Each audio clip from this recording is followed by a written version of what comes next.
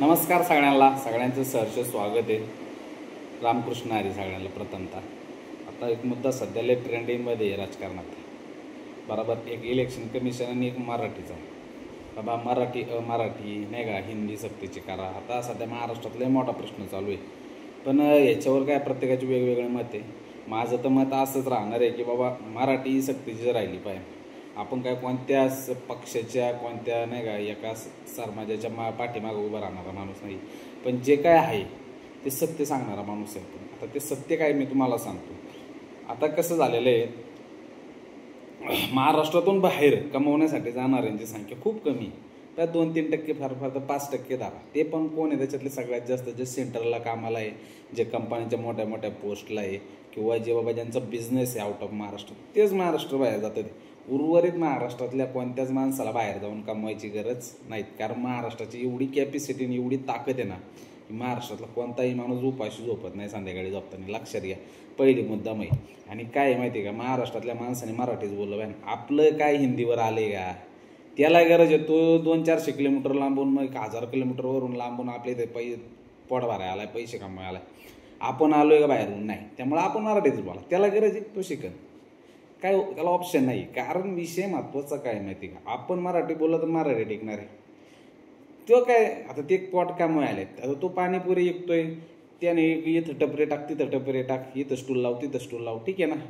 तुम्ही जर त्याला स्वतःहून जाऊन म्हणले बाबा मेरे को 1 प्लेट पाणीपुरी लागा, तो त्याला कळते ना याला हिंदी ती। तुम्ही म्हणा ना बाबा 1 प्लेट पाणीपुरी दे रे, आणि हे दे ते दे, झक मारून तो 5 गिरायक अटेंड करेन, 6व्या गिरायकाच्या वेळेस त्याला जाणून भाऊ आपल्याला इथं मराठी शिकाय पाहिजे थोडीशी। आणि आपली काय अशी अपेक्षा नाही, आपण कोणाला भाषेच्या विरोध नाही, पण आपलं असं मत आहे, मी मराठी जरी असलो ना, मी बाहेरच्या राज्यात जर राहता असं कमवायला, तर मी कमीत कमी त्या राज्यातले 40% भाषा तरी आपण शिकली पाहिजे। त्यामुळे बाहेरच्या येणाऱ्या प्रत्येक माणसाने लक्षात ठेवावं की 40% मराठी भाषा तुम्ही शिकलं पाहिजे। लय नाही, रोजची बोली चालीला जी काय भाषा लागते, तुम्ही काय आम्हाला काय असं रोज एक निबंधच वाचून दाखवा, पाठच करून दाखवा, आमची आपल्या अपेक्षा आहे एवढी।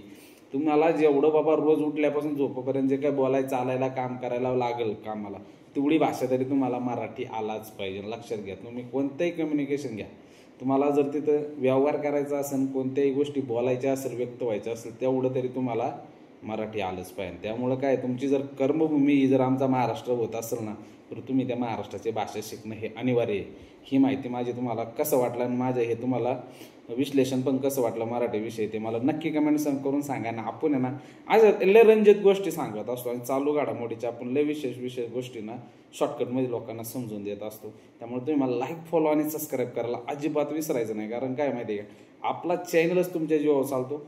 आणि आपलं असं मत आहे की तुम्ही प्रामाणिकपणे मला हे फॉलो करावं, जेणेकरून एक मराठी मुलगा तुम्हाला चांगल्या चालू घडामोडी तुमच्यापर्यंत पोहोचू शकेल, आणि त्या तुम्हाला लवकर भेटतील, आणि त्याचा तुमच्या जीवनात फायदा होईल हे मला वाटतं। त्यामुळे मी हा चॅनल चालू केलेला आहे। त्यामुळे तुम्ही मला प्लीज लाईक, फॉलो आणि सबस्क्राईब आणि बेल आयकन दाबायला विसरू नका। जय हिंद, जय महाराष्ट्र, रामकृष्ण हरी।